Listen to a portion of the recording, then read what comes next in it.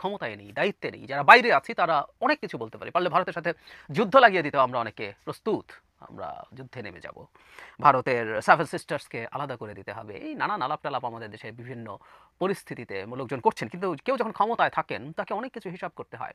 ভারতের সাথে আমাদের প্রচুর এনগেজমেন্ট ছিল, আছে এবং থাকবে। অন্তত আমরা দুজনের প্রতিবেশী, যেটা আমরা কেউ পাল্টাতে পারি না। সো এখানে জিওপলিটিক্যাল গুরুত্বপূর্ণ হিসাব আছে, এখানে ইন্টারন্যাশনাল পলিটিক্সের নানান ইকুয়েশনস আছে। সবকিছুকে একত্রে রেখে ভারতের সাথে এনগেজমেন্ট ইজ ইম্পর্টেন্ট। তবে সেটা সমমর্যাদার ভিত্তিতে। খেয়াল করি আমরা ডক্টর ইউনূসের মতো মানুষ, যিনি ভারতের সাথে শত্রুতা করছেন বলবো না, কিন্তু ভারতের সাথে তিনি মাথা উঁচু করে, মেরুদণ্ড সোজা করে, শক্ত করে ভারতের চোখে চোখ রেখে কথা বলছেন, সেই ডক্টর ইউনূসও কিন্তু এই ধরনের একটা বৈঠক চেয়েছেন দ্বিপাক্ষিক। কারণ দুই পক্ষেরই উচিত তাদের দিক থেকে উত্তেজনা কমিয়ে আনা, ডিএসকালেট করা বলি আমরা যেটাকে, টেনশনের।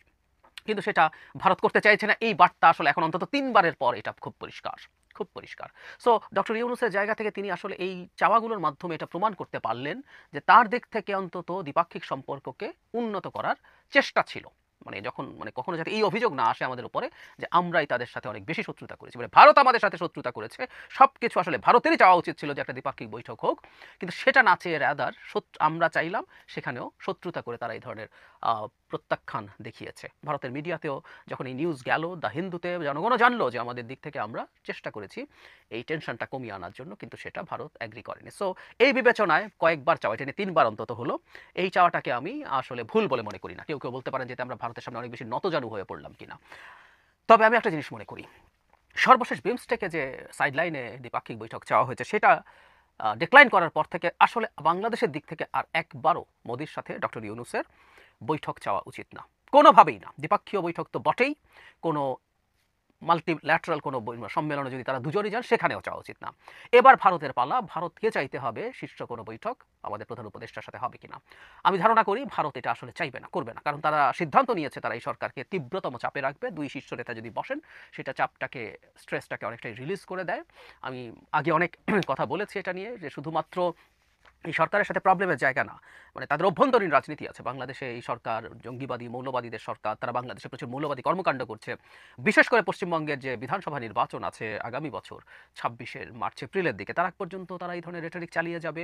এটা অন্যান্য রাজ্যেও তাদের যে রাজনীতি আছে সেটাকে হেল্প করবে। অ্যাট দ্য সেম টাইম আমি যেটা ধারণা করি, মানে ইতিহাসে সম্ভবত এই প্রথম ভারতের একজন প্রাইম মিনিস্টার দেখলেন হি ইজ ডোয়ার্ফড, মানে ডক্টর ইউনূসের সামনে তিনি অনেক ক্ষুদ্র, অনেক তুচ্ছ হয়ে গেছেন। মানে ভারতের প্রাইম মিনিস্টার বাই ডিফল্ট, এত বড় একটা দেশ, এত বড় অর্থনীতি, মিলিটারি সুপার পাওয়ার, যার নিউক্লিয়ার ওয়েপন আছে, অনেক কিছুই আছে, অনেক সমালোচনা আছে, আবার তাদের অনেক কিছুই আছে। তো যিনি ভারতের পৃথিবীর সবচেয়ে জনবহুল দেশটাকে যিনি নেতৃত্ব দেন, তার এমনি বাই ডিফল্ট একটা বিরাট ইমেজ থাকে।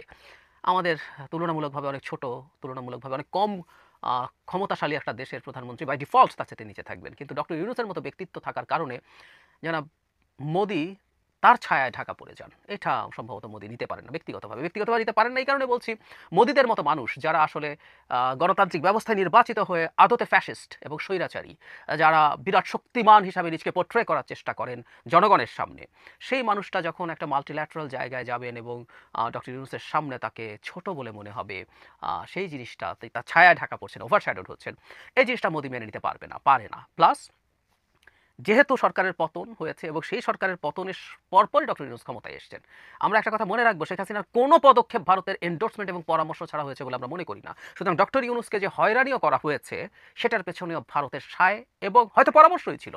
সুতরাং তাদের সাথে ব্যক্তিগত, ডক্টর ইউনূসের প্রতি তাদের ব্যক্তিগত ক্ষোভ, ক্রোধ, ঘৃণাও থাকার সম্ভাবনা আছে। কারণ তারা যেভাবে ডক্টর ইউনূসের সরকারকে সমস্যায় ফেলার চেষ্টা করছেন ভায়া ডিসইনফরমেশন, মানে আমি শুধুমাত্র ভারতের মিডিয়ার কথা বলছি না, তাদের সরকারের দিক থেকে তারা যে আচরণগুলো করছে।